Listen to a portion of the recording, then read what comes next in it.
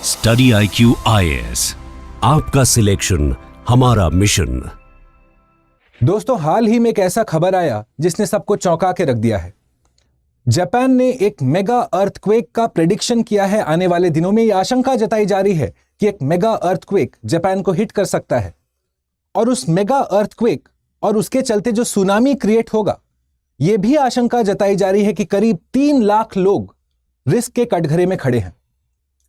तो सवाल यह उठता है कि जापान का यह मेगा अर्थक्वेक आखिरकार हो क्यों रहा है, जापान का डिजास्टर प्रिपेयर्डनेस कैसा है, और फिर भारत के संदर्भ में अगर हमारे पास इस तरह का आज कोई प्रेडिक्शन है तो हम कितने तैयार हैं। इन्हीं सब प्रश्नों पे चर्चा करने के लिए स्टडी IQ की तरफ से मैं आपके सामने उपस्थित हूं, भुवन झा। सबसे पहले मैं लेके चलता हूं आपको साल 2011, जहां पे द ग्रेट ईस्टर्न अर्थक्वेक होता है जापान के पास। एक मेगा अर्थक्वेक जिसके चलते सुनामी क्रिएट होता है। उस सुनामी के वेव्स, ये आशंका जताई जाती है कि 133 फीट तक लंबे थे हाइट में, और उसके बाद जो डेथ और डिस्ट्रक्शन का मंजर देखा गया जापान में, उससे हम और आप भली भांति परिचित हैं। पर सवाल यह उठता है कि आखिरकार जापान के पास में इस तरीके का सुनामी और यह मेगा अर्थक्वेक आखिरकार हो क्यों रहा है?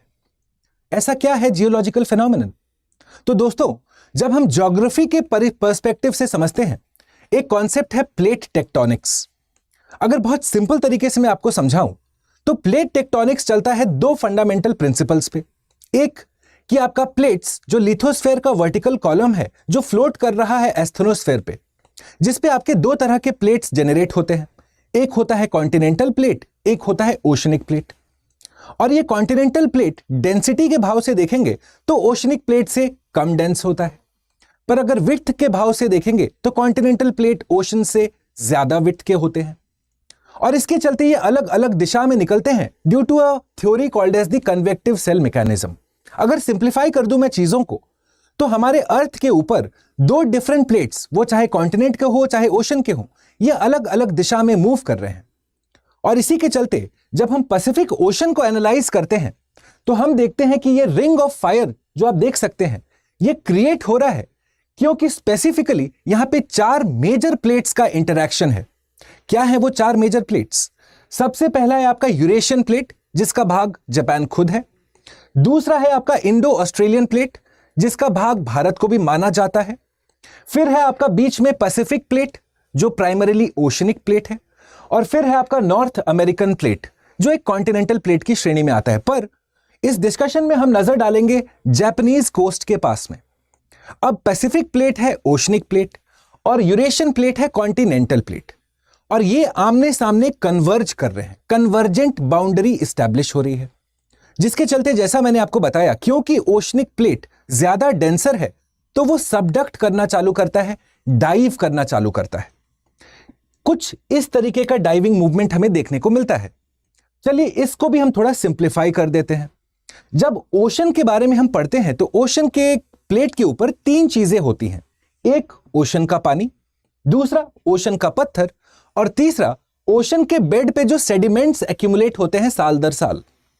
अब जब ये कन्वर्जेंट बाउंड्री एस्टैब्लिश हुई तो इसमें हम देखते हैं कि ओशन का पानी और ओशन के रॉक्स ये तो नीचे सबडक्ट कर रहे हैं, पर जो सेडिमेंट है वो नीचे नहीं जाता है। वो कॉन्टिनेंटल प्लेट से टकराने के बाद एक्यूमुलेट करना चालू करता है एज एक्रीशनरी वेज, और यहां पे हमें देखने को मिलता है ट्रेंच फॉर्मेशन। ट्रेंच यानी कि एक सडन स्टीप ड्रॉप जो ओशन के बेड से आपको नीचे के साइड दिखेगा। यहीं पे आपको वोल्केनिक एक्टिविटी भी दिखती है, क्योंकि रोल ऑफ वाटर, जो पानी है ना दोस्तों, ज्योग्राफी में एक बहुत ही इंपॉर्टेंट कंपोनेंट होता है। ऐसा सोचिए कि किसी भी ज्योग्राफिकल कॉन्सेप्ट में अगर पानी इंट्रोड्यूस हो गया तो मामला पूरा चेंज हो जाएगा।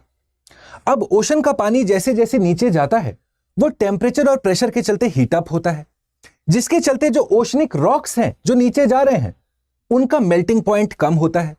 मेल्टिंग पॉइंट कम होता है तो मैग्मा का क्रिएशन होता है, और वो मैग्मा लेस डेंस होती है, कम डेंसिटी की होती है, कम घनत्व की होती है, जिसके चलते वो राइज करना चालू करता है।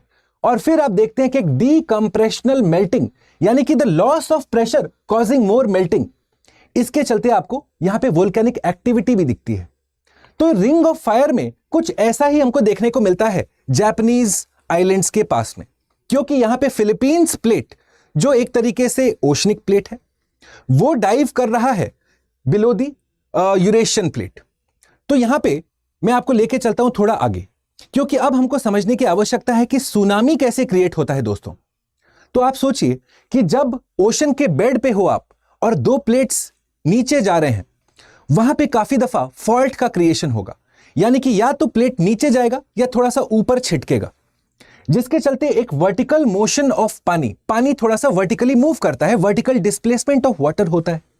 और इसीलिए आप देखेंगे क्योंकि वर्टिकल डिस्प्लेसमेंट ऑफ पानी होता है, उसके चलते ओशंस पे सुनामी आने से पहले पानी ओशन के साइड रिट्रीट करता है। खैर, at this point of time ये लो एम्पलीट्यूड लो वेवलेंथ का वेव्स है, पर जैसे जैसे यही सुनामी का पानी अब कोस्ट के पास में जाना शुरू करेगा, वो ज्यादा हाइट रेज करेगा। उसकी स्पीड तो कम हो जाएगी पर हाइट में बढ़ता चला जाएगा, because energy conservation, energy can neither be created nor be destroyed. तो इस कॉन्सेप्ट को हम कहते हैं द शोलिंग इफेक्ट, यानी कि सुनामी का जो पानी है, जो वेव्स हैं, वो जब हाइट इंक्रीज कर रहे हैं, जैसे जैसे वो कोस्ट के पास में पहुंच रहे हैं, उसको हम कहते हैं शोलिंग इफेक्ट। और इसीलिए आप देखते हैं कि सुनामी के वेव्स काफी हाइट में लंबे होते हैं। तो मैंने आपको जल्दी से समझा दिया जो थ्योरी है इसके पीछे, यानी कि यहां पे जो आशंका जताई जा रही है कि जापान में अर्थक्वेक आएगा और उसके चलते जो सुनामी क्रिएट होगा वो कैसे हो रहा है। अब स्पेसिफिकली अगर हम इसी इंसिडेंट्स की बात करें, जो फोरकास्ट बताई जा रही है, उसका लेना देना है of a place called as the Nankai trough. अब आप सोचेंगे सर ये ट्रफ, ये क्या नया चीज है?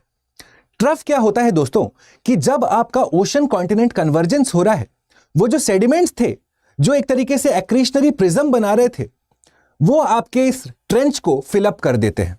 और यही हमको देखने को मिलता है नानकाई ट्रफ में। ध्यान दीजिएगा, in plate tectonics the Nankai trough marks the subduction zone, यानी कि डाइव करने वाला जगह, जहां पे फिलीपींस का सी प्लेट, ओशनिक प्लेट है, ये सबडक्ट कर रहा है बिलो जापान, जो यूरेशियन प्लेट है। और इसके चलते जो सेडिमेंट्स हैं ओशन के, वो उस ट्रेंच को फिलअप कर देते हैं और एक ट्रफ का क्रिएशन हो जाता है। गौर फरमाइएगा कि ये जो नानकाई ट्रफ है, ये एक सिस्मिकली एक्टिव जोन है, और यहां पे यहीं से ये आशंका बताई जा रही है कि शायद मेगा अर्थक्वेक जनरेट होगा और उसके चलते जो सुनामी क्रिएट होगी, आप देख सकते हैं कोस्ट के बहुत पास में है, यानी कि डैमेज जो होगा वो काफी मैसिव लेवल पे हो सकता है। जब आपने नानकाई ट्रफ का कॉन्सेप्ट समझ लिया, अब हम समझते हैं कि डिजास्टर प्रिपेयर्डनेस के हिसाब से जापान कितना प्रिपेयर्ड है। देखिए, जापान ऐसे भी हम लोग मान के चलते हैं कि it is one of the most efficient countries globally. और 2011 के सुनामी के बाद 2014 में जापान ने एक नेशनल प्रोग्राम चलाया, the central disaster management council. इन्होंने सुनामी के अगेंस्ट प्रिवेंशन और प्रोटेक्शन के लिए कुछ स्टेप्स लिए। उसके अंदर गोल क्या था कि हम कुछ ऐसा स्टेप्स लें जिससे हमारा 80% का रिडक्शन हो सके डेथ का, यानी कि जान माल का नुकसान हम 80% तक कम कर सके। पर इतने साल, 10-11 साल बीत गए, जापान का टारगेट अभी बस 20% ही फिलअप हो पाया है। यानी कि जो हमारा गोल था और जो इंप्लीमेंटेशन है उसमें भारी गैप है, और इसीलिए जापान अपने आप को अभी अनप्रिपेयर्ड महसूस कर रहा है। आने वाले दिनों में फोकस की जाएगी डिजास्टर रिस्क रेजिलिएंट इंफ्रास्ट्रक्चर के क्रिएशन पे, यानी कि आप क्रिएट करेंगे stronger infrastructure, embankments, evacuation building, और साथ में देंगे लोगों को ट्रेनिंग, यानी कि अर्ली वार्निंग सिस्टम और फ्रीक्वेंट ड्रिल्स का भी भरपूर इस्तेमाल किया जाएगा।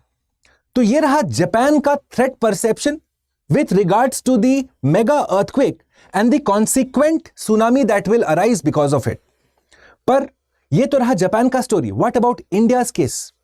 इंडिया कितना स्टेबल है, कितना प्रिपेयर्ड है? क्योंकि इंडिया अपने में भी एक सीस्मिकली एक्टिव जोन में है दोस्तों।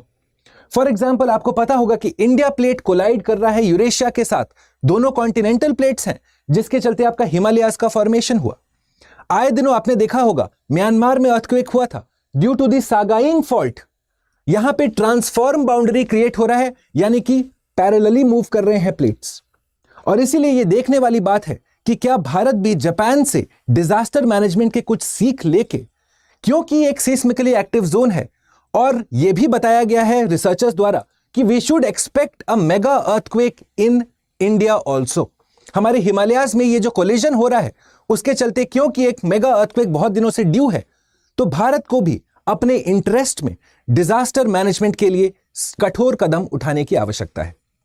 तो फ्रेंड्स, ये था एक ब्रीफ सा discussion on the Japan mega earthquake और उसके साथ एसोसिएटेड सुनामी के रिस्क्स का।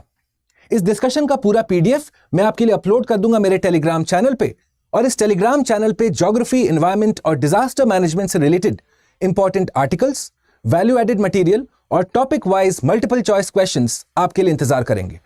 सर्च करें by the name Bhuvan study IQ।